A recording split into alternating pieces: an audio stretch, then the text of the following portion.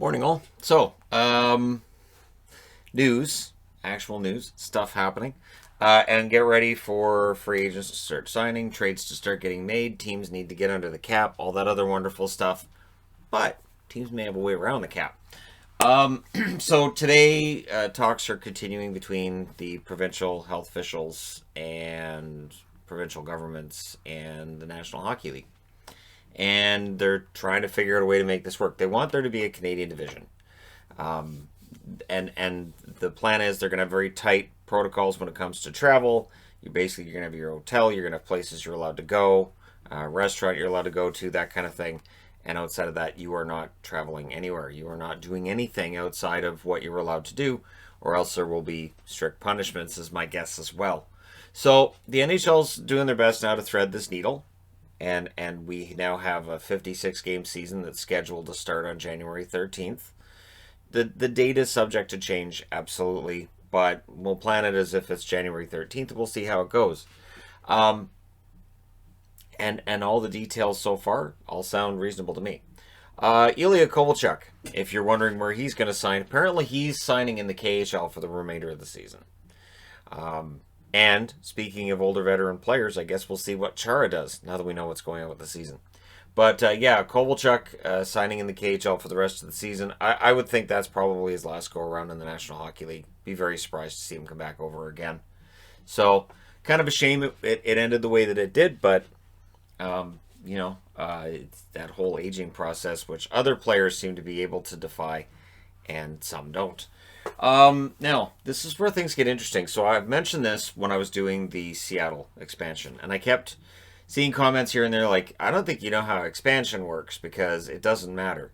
Okay, so if we didn't have a season, and you've got a player that's one season short of being eligible for exposure and protection, how would that have worked if they hadn't played a season? Well, now there's another wrinkle to this. So players who are 20 or older need at least one pro game to qualify as earning a pro season. So if you don't play it all that year, you don't qualify as having played a season. So this could make a difference to expansion rules. So could they end up being kept on the taxi squad? So there's going to be your 23-man roster, and then you're going to have, I think it's 4 to 6 players on a taxi squad, and that will not count against the cap. And that's where things are going to get really interesting. So you're going to get your AHL pay there, or if you're on an NHL contract, that means that your cap hit comes off of the team's cap minus $1.075 million. So, right? So there's teams that may be in cap trouble that go, well, we'll just throw him on the taxi squad and we're good.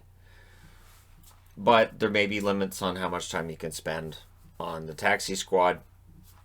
I haven't seen what that limit's going to be, but that could be interesting, right? We'll just throw him on the taxi squad. Oh, we're $1 million over the cap. All right, you're on the taxi squad for the next couple of weeks. Problem solved.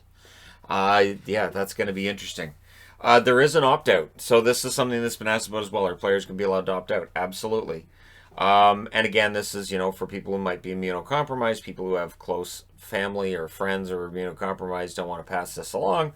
They have the option to say, all right, I'm not going to play. But they likely forfeit their pay, and the team could have the option of tacking an extra year on their contract. So you didn't play this year, we're going to have that contract slide a year, and you're our property for one more year. So they can opt out. I think there's players who probably do. We've seen that in other leagues, but they will pay a price for that. So you can't just say, well, I'm going to stay home and earn my $10 million. Nope. If you don't play, your $10 million will be there the next year. So, yeah, and then the one question about that, too, might be for players who are worried about how much money they're going to lose in escrow and deferral. Is that a way around it? Right? So, yeah, because if you don't get paid, there's no money going to escrow or deferral, and you don't have to worry about it, right? And on the NHL side, then it's money they're not paying out, so I don't know that they necessarily would care either. So that's a whole other thing. We'll shove that to the back for now. The plan is, for the playoffs, top 4 teams in each division make the playoffs. So the playoff format is back to the 80s, where you play within your own division for the first 2 rounds, meaning if there's a Canadian division, there will be a Canadian team in the conference finals. At the very least, a Canadian team in the conference finals. and it means great ratings on this side of the border and probably some great ratings in the States too. But it means 16 out of 31 teams make the playoffs. No play-in round this year, which I thought they might do because of the amount of money they're going to lose only playing 56 games. I thought that maybe for ratings reasons they would add a couple of games, but like through the play-in you can play best of 3 and add a few games and some more TV revenues, but they're not doing that. The plan is still to have teams in all 31 cities if they can, but where teams are going to play, they're kind of worried about that after. So they're getting this agreement in place. Board of Governors is going to have a vote. The players are going to have a vote. It seems like they're just kicking that down the road, going, we'll worry about that later. Let's just get this agreement signed, agree we're going to have a season, and then we'll figure out the logistics of some of this later. So it's still kind of flying by the seat of their pants, but at least there's an agreement in place. The NHLPA sounds like they're going to sign. I can't see the Board of Governors not signing. I can't see it. We're all set to go. Let me know your thoughts in the comment section below as always. Don't forget to hit like and subscribe if you're browsing your way through. You just happened upon this video. Thank you guys so much for watching, for all your support. I will talk to you again soon.